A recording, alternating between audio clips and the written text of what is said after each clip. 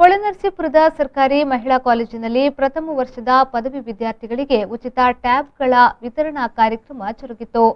ಕಾರ್ಯಕ್ರಮದ ಅಧ್ಯಕ್ಷತೆ ವಹಿಸಿದ ಕಾಲೇಜಿನ ಪ್ರಾಂಶುಪಾಲರಾದ ಡಾಕ್ಟರ್ ದಿನೇಶ್ ಕೆ ಅವರು ಮಾತನಾಡಿ, ಕೋವಿಡ್ ಸಂದರ್ಭದಲ್ಲಿ ಉನ್ನತ ಶಿಕ್ಷಣ ಕ್ಷೇತ್ರ ಹಿಂದುಳಿಯಬಾರದು ಎಂಬ ಉದ್ದೇಶದಿಂದ ಕಾಲೇಜು ಶಿಕ್ಷಣ ಇಲಾಖೆಯ ಲರ್ನಿಂಗ್ ಮ್ಯಾನೇಜ್ಮೆಂಟ್ ಸಿಸ್ಟಮ್ ಅನ್ನು ಜಾರಿಗೆ ತಂದಿದ್ದು, ವಿದ್ಯಾರ್ಥಿಗಳು ತಮ್ಮ ಪಾಠಗಳನ್ನು ಇಲಾಖೆ ನೀಡಿರುವ ಟ್ಯಾಬ್ ಮೂಲಕ ಸುಗಮವಾಗಿ ಕೇಳಿ ನೋಡಿ ಕಲಿಯಬಹುದು ಎಂದು ಹೇಳಿದರು.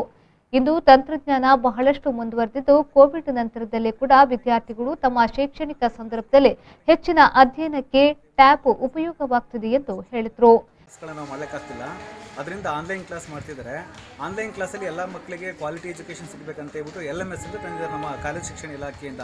ಲರ್ನಿಂಗ್ ಮ್ಯಾನೇಜ್ಮೆಂಟ್ ಸಿಸ್ಟಮ್ ಅಂತ ಅಂದರೆ ಎಲ್ಲ ವಿದ್ಯಾರ್ಥಿಗಳಿಗೂ ಅವರವರ ಸಬ್ಜೆಕ್ಟ್ಗಳನ್ನ ಎಕ್ಸ್ಪರ್ಟ್ ಟೀಚರ್ಸ್ ಕೈಲಿ ವಿಡಿಯೋ ಮಾಡಿಸಿ ಅವರು ಯೂಟ್ಯೂಬ್ಗೆ ಅಪ್ಲೋಡ್ ಮಾಡ್ತಾರೆ. ಅದರ ಲಿಂಕನ್ನು ಈ ಮಕ್ಕಳಿಗೆ ಟ್ಯಾಬ್ ಮೂಲಕ ಕಳಿಸ್ತಾರೆ.